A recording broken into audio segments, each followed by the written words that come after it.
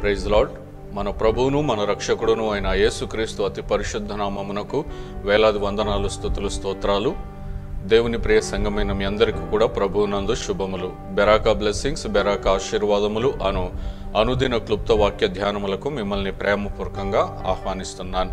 ఈరోజు లేఖన భాగము యోహాను రాసిన మొదటి పత్రిక 2వ అధ్యాయము 5-6 వచనాలు.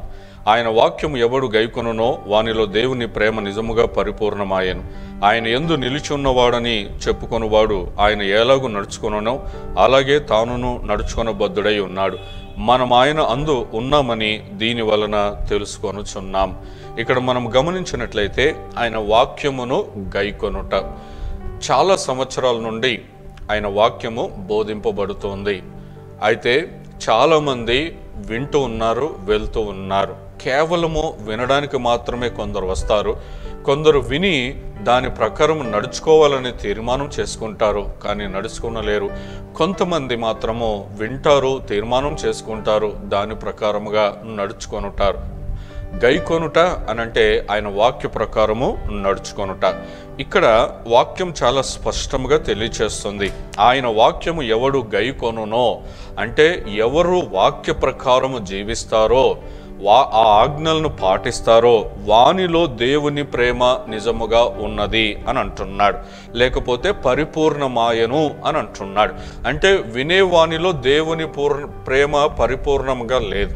ఎవరైతే గైకొంటారో వానిలోనే దేవుని ప్రేమ పరిపూర్ణముగా ఉంటుంది అని అంటున్నాడు. ఎవరు దేవుణ్ణి ప్రేమిస్తారో ఆయన మాటల ప్రకారము జీవిస్తారు. చూడండి, కొంతమంది పిల్లలు తల్లిదండ్రులను బాగా ప్రేమిస్తారు. దానికి కారణం ఏంటంటే తల్లిదండ్రులు ఏది చెబితే అది వాళ్ళు వింటారు. అదే కారణం, అదే సాదృశ్యం, లేకపోతే అదే చూపిస్తుంది వాళ్ళు తల్లిదండ్రులను ఎంతగా ప్రేమిస్తున్నారని. అలాగనే ఇప్పుడు దేవుని పిల్లలమైన మనము తండ్రి అయిన దేవుని ప్రేమిస్తున్నాము, ఆయన ప్రేమ మనలో పరిపూర్ణంగా ఉంది అనడానికి కారణం ఏంటంటే మనము దేవుని వాక్యమును గైకొనుట. ఆయన యందు నిలిచి ఉన్నవాడనని చెప్పుకొనువాడు ఆయన ఎలాగూ నడుచుకొనెనో అలాగే తానును నడుచుకున్న బద్ధుడై ఉన్నాడు. ఇక్కడ ఒక కండిషన్, బద్ధుడు అంటే ఖచ్చితంగా అలాగున చేయవలెను అని చెప్పి మనం చూస్తున్నాం. ఏమిటి అంటే ఆయనను ప్రేమిస్తున్నాను అన్నవాడు, లేకపోతే ఆయన యందు నిలిచి ఉన్నవాడను అని చెప్పుకుంటున్నవాడు చేయవలసిన పని ఏమిటంటే ఆయన ఎలాగూ నడుచుకొనెనో మనము కూడా అలాగునే నడుచుకోవాలి. ఆయన పాపులను ప్రేమించాడు, మనం పాపులను తిరస్కరించకూడదు, మనము కూడా ప్రేమించాలి.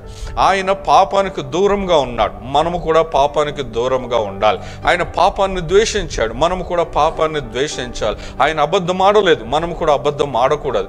ఆయన కన్యకను ఎలాగునో చూశాడు, లేకుంటే ఒక వ్యభిచారిని ఎలా చూశాడు, మనము కూడా అలానే చూడాలి. ఆయన పరిశుద్ధంగా ఎలా జీవించాడు, మనం అలాగనే జీవించాలి. ఆయన పరిచర్య ఎలా చేశాడు, మనము కూడా అలానే చేయాలి. ఆయన ఎలా బోధించాడు, మనము కూడా అలానే బోధించాలి. మెట్టుకు ఆయన ఏం చేశాడో మనము కూడా అది చేయబద్ధులమై ఉన్నాం. ఇదే మనము దేవునిలో నిలిచి ఉన్నామా లేదా అని తెలియచేస్తుంది. ఆయన ముఖం మీద ఉమ్మి వేయించుకున్నప్పుడు తిరిగి మరలా ముఖం మీద, ఎదుటివాడి ముఖం మీద ఉమ్మి వేయలేదు. ఆయన గడ్డం పెరుగు వేసిన వాడిని గడ్డము ఆయన పెరుగు వేయలేదు. లేకపోతే ఆయన మీద పిడిగుద్దులు గుద్దిన వాడిని ఈయన మరలా గుద్దలేదు. ఆయనను బల్లెముతో పొడిచిన వాడిని ఈయన దూషించలేదు, ఏమీ చేయలేదు. సిలువకు అప్పగించుకున్నాడు, తండ్రి మాటకు అప్పగించుకున్నాడు. తండ్రిని ఎంత ప్రేమిస్తున్నాడో ఈయన జీవితం ద్వారా, అంటే యేసుక్రీస్తు యొక్క జీవితం ద్వారా మనం అర్థం చేసుకోగలుగుతాం. తండ్రి యొక్క మాటను జవదాటలేదు, తండ్రి యొక్క మాటకు, ప్రతి మాటకు లోబడ్డాడే కాబట్టి తండ్రి యందు నిలిచి ఉన్నాడు యేసుక్రీస్తు. తండ్రి మాట యందు నిలిచి ఉన్నాడు. తండ్రి మాటలను కేవలం విన్నవాడు మాత్రమే కాదు, వాటిని గైకొన్నవాడు యేసు. కాబట్టి యేసుని ప్రేమిస్తున్నామని చెప్పుకుంటున్నాం మనము, యేసుని వెంబడిస్తున్నామని చెప్పుకుంటున్నాం మనము, యేసులో నిలిచి ఉన్నామని చెప్పుకుంటున్నాం మనము. ఆయన ఎలాగూ నడుచుకున్నాడో మనం అలాగూ నడుచుకోనకపోతే మనం ఆయన యందు నిలిచి ఉన్నవారం కాదు అని అంటున్నాడు. కాబట్టి ఈ రోజు నుండి ఇంతవరకు నువ్వు ఎలాగున్నావో నాకు తెలియదు, కానీ ఈరోజు నుండి మనం తీర్మానం చేసుకుందాం. ప్రభా, నేను నీ యందు నిలిచి ఉండాలి, నిన్ను నీవిచ్చిన ఆజ్ఞలు నేను సంపూర్ణంగా గైకొనాలి, నీ ప్రేమ నాలో పరిపూర్ణం అవ్వాలి. ఆ కృప నాకు దయచేయమని ప్రార్థన చేద్దాం. అటువంటి కృప దేవుడు మనకు దయచేయును గాక. ఆమేన్. Praise the lord.